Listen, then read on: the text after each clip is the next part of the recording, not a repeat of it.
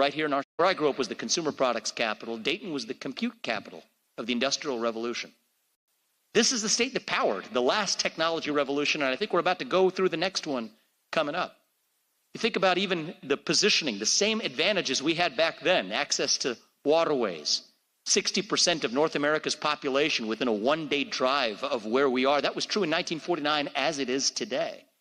That's the environment that gave us the self-confidence for guys like Neil Armstrong, who actually grew up in 1949, only years later, to have the self-confidence to say he could go to outer space, achieve the impossible, what nobody envisioned, from right here in the state of Ohio, in the great tradition of the Wright brothers. That is the embodiment of American exceptionalism right here in Ohio. For being honest, it hasn't necessarily been that way in the 60 years or so since then, but it doesn't have to stay that way. I think the story of Ohio is the story of our country, a state that demonstrates what's actually possible, a state that can hopefully still attract the best and brightest. You have states like Florida and Texas that are doing a great job with leaders who have demonstrated what's possible with zero tax rates, with a business-friendly environment. But I see no reason why this state can't be the one that attracts the best entrepreneurs, becomes the best place to start and grow a new business, becomes the most attractive.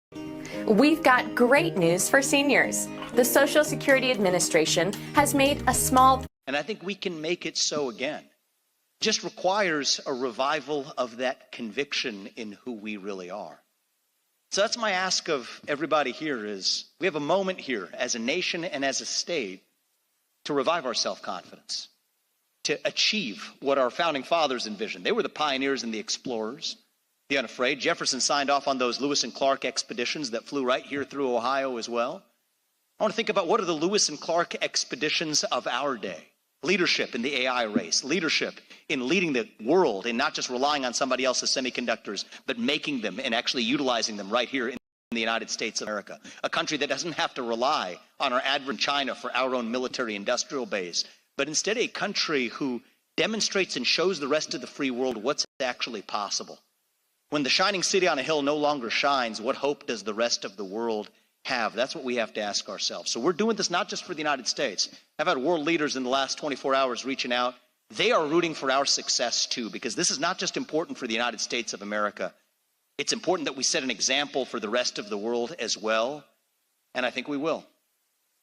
And if we do, if we get this right in the next, not even the next 4 years, the next 4 months and setting up for January, 2025 alone is going to be a year that I think turns this country around. If we get this right, we don't have to be this nation in decline anymore that we've become. We don't have to be at the end of the ancient Roman Empire, as we're taught to believe. We can still be a nation in our ascent, a nation still on our way up, still on our way to that shining city on a hill.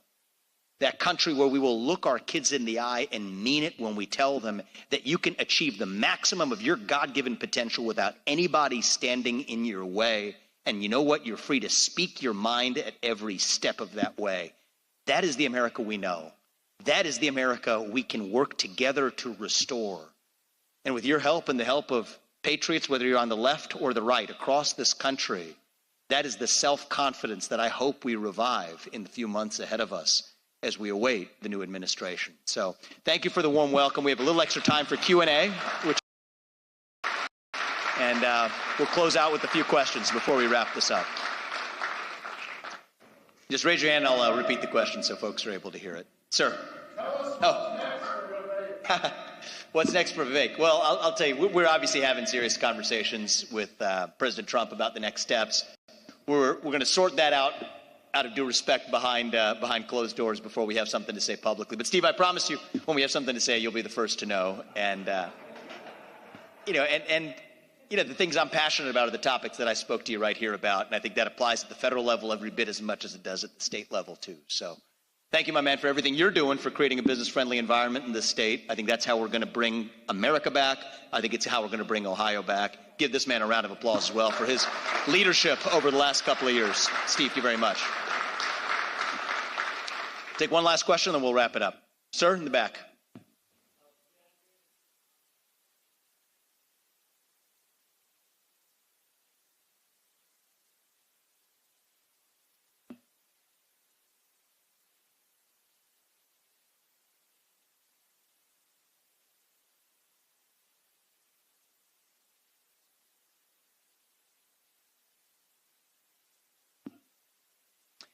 Yeah, thank you. I think it's such an important issue. When you think about Gen Z coming out to vote, I'll say one thing about this housing issue, actually, just to put my finger on it here is, have housing costs gone up and are they out of reach and unaffordable for many people, especially first-time home buyers? Of course they are.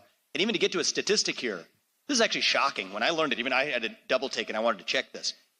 Under Biden, over the last 4 years, you had 4 million fewer Americans who were living in a home that they actually owned compared to actually just earlier in the century, including under Donald Trump, which was a bit of a head spinner for me.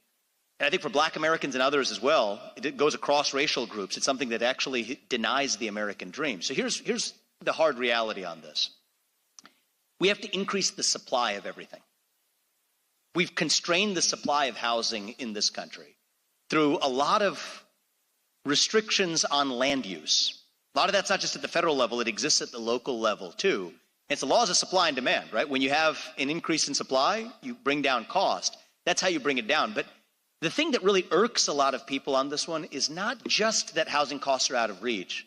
It's that I can't afford my house and nobody else in charge seems to actually give a damn about it. And I think that's really what irks a lot of people versus just saying, okay, are there pragmatic solutions for increasing the supply of housing, especially smaller single-family homes? Yes, there's a lot of constraints and we can increase that supply. Plays an important role in that. Increasing energy production in the United States brings down the costs also of owning a home, the cost of electricity that are downstream as well. But I think as long as we even take that first step of showing, especially the next generation of Americans who feel like home ownership is out of reach, the fact that their policymakers care, that's almost half the issue right there. Because the sense that people don't care, I think, is what puts a lot of the next generation off. And then the policy solutions are actually far less complicated than we make them out to be. In general, whether you're talking about energy or housing or even labor, in a certain sense, increase the supply of everything. That's how you bring costs down. That's how you spur economic growth. Housing isn't an exception to that policy. And I think that if we're willing to embrace, I'll close on this, for both parties, in our own respective ways, have shied away from economic growth actually as a worthy message. Right? In some ways, you're supposed to flog yourself and apologize. More on the Democratic side, flog yourself and apologize for capitalism. And I'm seeing that trend even in certain corners of the American right, apologizing for capitalism, apologizing for excellence, apologizing for economic growth. I actually think that's the wrong way to go. I think economic growth is at the heart of American exceptionalism. And so if we want to restore this country in true American excellence, we got to get over this culture of victimhood, frankly, in either political party. Right? Our culture of excellence, I'll close on this point because I think it's an important one.